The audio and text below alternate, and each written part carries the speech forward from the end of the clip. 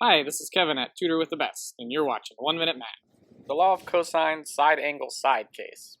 Let's take a look at a generic triangle with angles A, B, and C. Let's say we know angle C is 20 degrees, and we know side A is 5 and side B is 8. Here we have side angle side. And the question is, how long does side C have to be?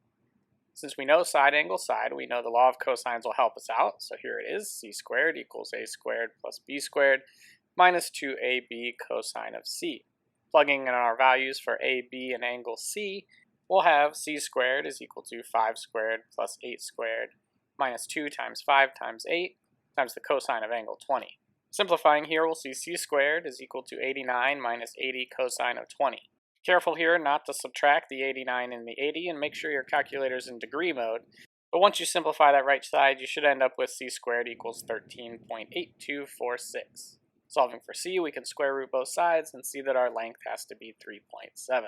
If you'd like to see more videos like this, click subscribe, or check out the next video in the series by clicking below.